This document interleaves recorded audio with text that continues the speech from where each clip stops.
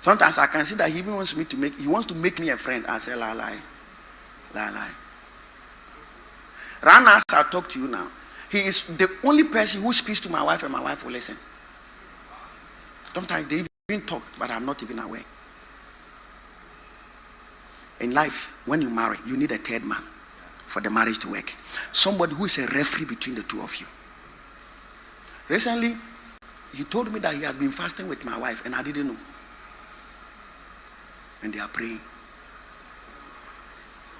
You don't know how relationships affect life. So, my God. He said it in his church. He has no son in the world. And he told me that he told his wife that if he has 3 of Winfred in his church. One day, I went to see him. After seeing him, I could see that there were tears in his eyes. So, Winfred, you always make me look very anointed. Thank you. I don't know what I've done for you. Thank you. I will never see him as a colleague or as a friend in my life. Never. Even if I see him in the gutter or he goes to kill somebody, he's still my father.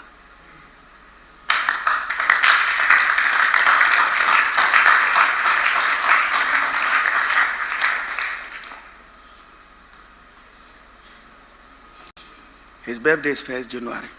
Every 1st January I'm in his house. Now kneel down and say, pray for me.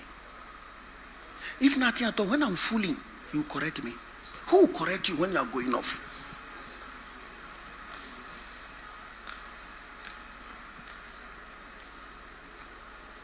When I met Dr. Bempa, I said, Daddy, this man has been a father to me when I was in school. Apostle, meet my father, Dr. Bempa. Then he told Dr. Bempa to pray for him. I said, I repeat, it is possible to have more than one spiritual father, but wisdom is required in choosing them.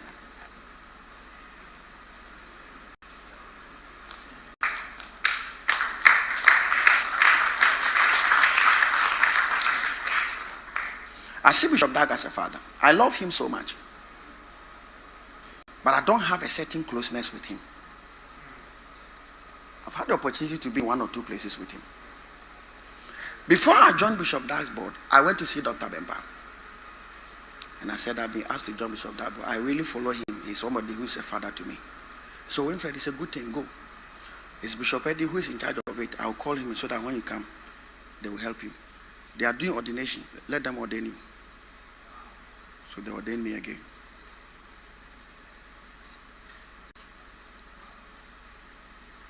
Whenever I sit with Dr. Bempa, no matter the conversation, he always brings Bishop. Recently, I was with him last Tuesday.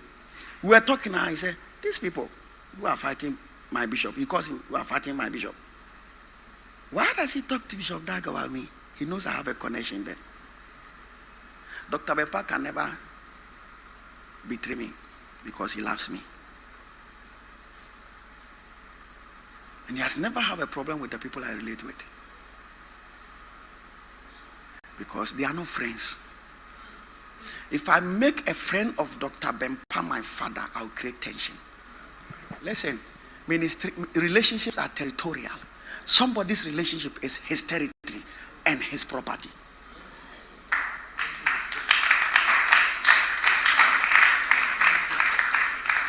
Me, I will honor them till I leave this earth.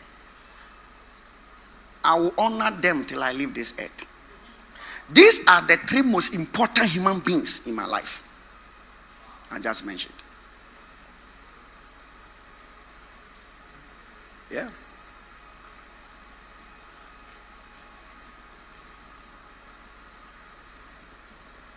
And I don't put anyone ahead of anyone.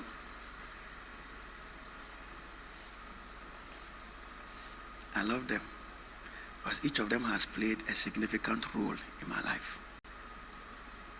I can mention significant things that have happened to me and how they happen because of my relationship with each of them. For instance, I entered the ministry because of Apostle Lampa. If it's not Apostle Lampa, I would never have been a pastor. There are certain things I'm doing in the ministry. If I had not met Dr. Bempa, I wouldn't have known them. There are certain understanding of the ministry. If I had not followed and carefully decided to learn. Listen, I'm not saying this to boast. I don't think there's anybody who is a non-lighthouse member that has read Bishop Dag's books more than me. I'm not saying it to boast.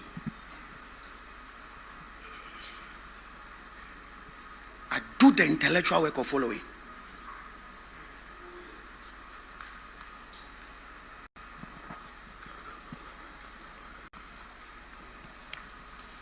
People are just knocking the heads of pastors together. Common church member who doesn't even pay tithe. Loyalty takes sides. For example, if a wife shares complaints about her husband with you, and the husband later discovers you knew but said nothing, both relationships will eventually be affected. The same principle applies with spiritual fathers. Loyalty requires clarity. You must decide whose side you belong to. Listen to me. There is nothing in this world that will make Samson choose my wife ahead of me. If my wife thinks that Samson loves her more than he loves me, she's deluded.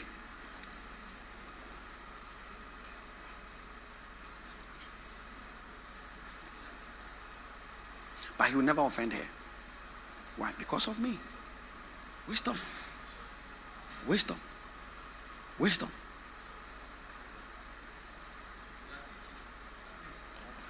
These are things I've taught them. I started teaching these things 2015. I wrote these notes in 2007. I have a book. I can't even bring the book right now to show you. I wrote them in pencil in 2007. I was a teenager.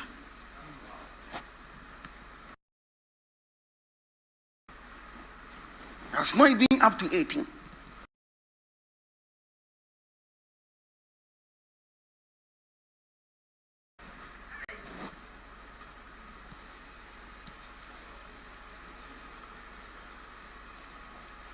Do not relate casually with your pastor's friends or those close to your spiritual father.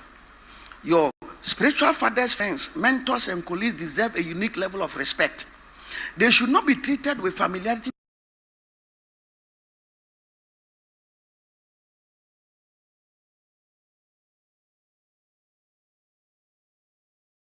because excessive closeness can blur the lines of honor and authority. In some cases, it may even create a false impression of a father-son relationship where nothing of such may be the case.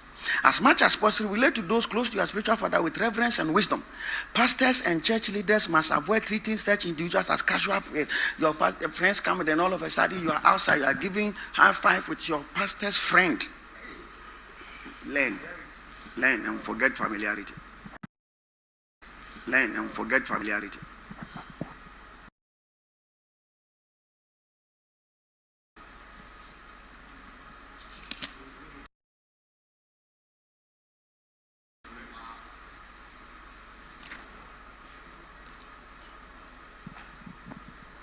Do not judge in courts you have not been appointed.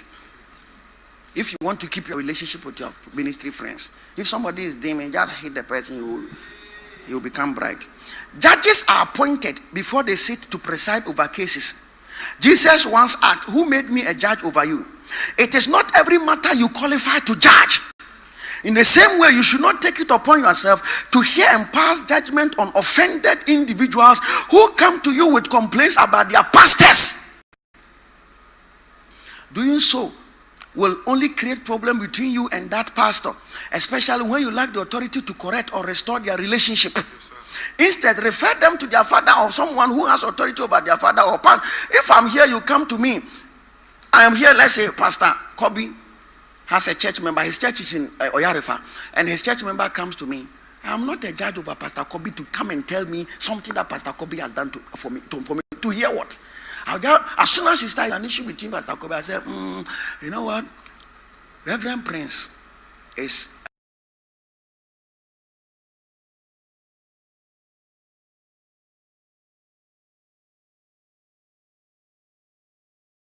higher in Holy Hill than Pastor Kobe. Go and see him. I don't qualify to judge. Every matter, you will receive it in your court. You will destroy your relationship. When they hear that you judge this matter, the relationship is gone. Sometimes, when the person has left, you should even call the pastor who's your friend and say, "This your child came here, but I couldn't sit on the matter, so I'll refer to the Supreme Court." We don't judge this in a tribunal court. Even hospital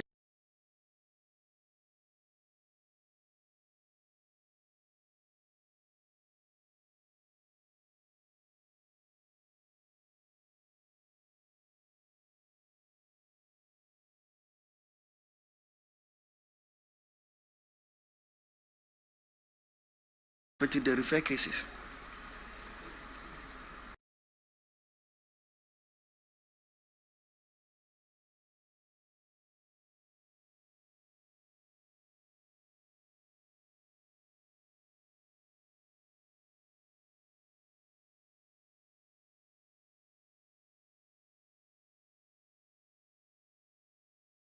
But they refer cases.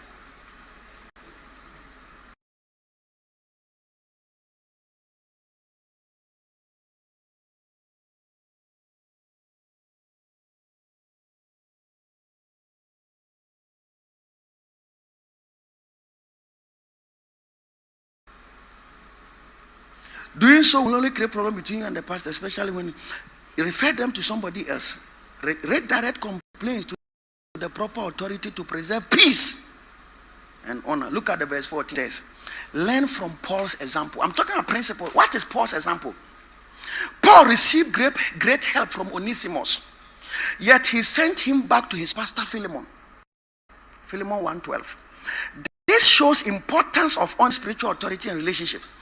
There are many souls to win. Why create unnecessary problems for yourself? Even if people leave, always help them to honor where they come from. A person may be helpful and submissive to you like Onesimus was to Paul, but Paul did not claim him as a son. He rather directed him back to where he came from.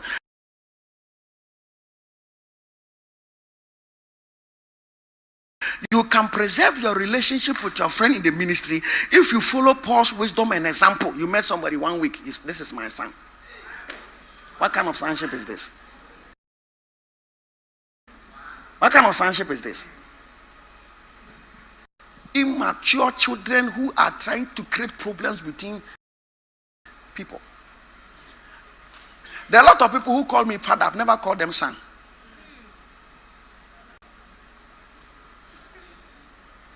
Why? Keep the relationship. With time, we will bear fruits. We will produce impact. At least that impact becomes our reference point. If I know who is your father, I will never call you my son.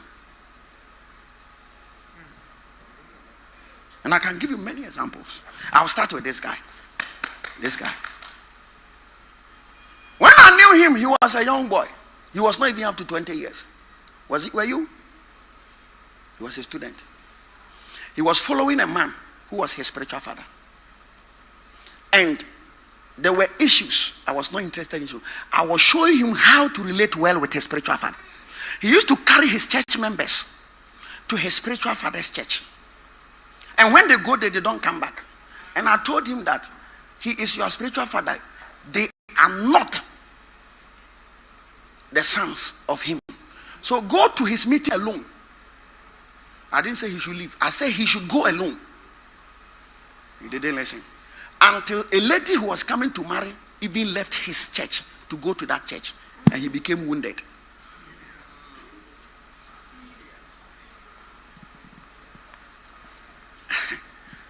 Frustrated pastors. So, pastor, what did you do? It was soft.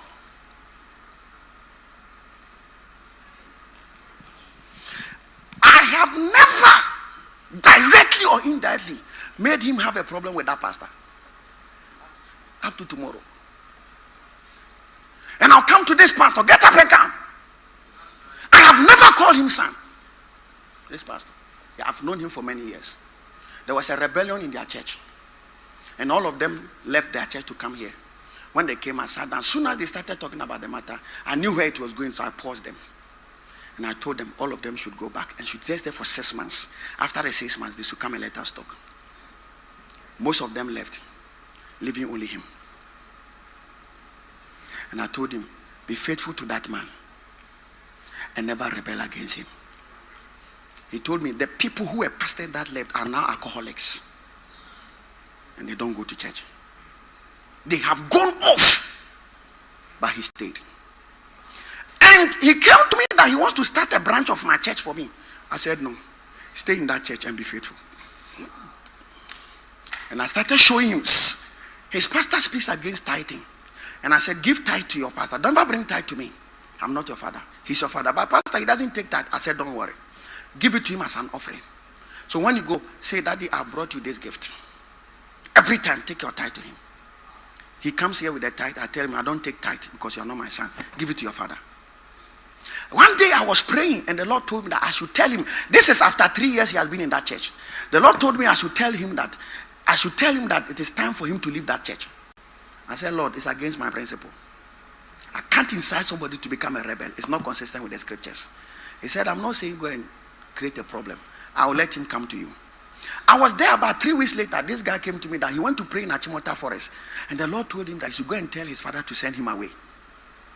So I knew confirmation has come. And I said, it was in January, February like this. Go and tell your pastor that this is what the Lord has told you. You want him to also pray about it and to send you away. But you want to serve until the end of the year. You are not leaving now. Even if he sends you, he says he releases you, even now, you want to stay up to the end of the year. At the end of the year, the pastor called me and said, what? God has told me to leave this city and go to another country to start a church. I want to hand over the church to you. You can change the name of the church. I have paid rent in advance, the sound equipment, the instruments, everything. I dash it to you.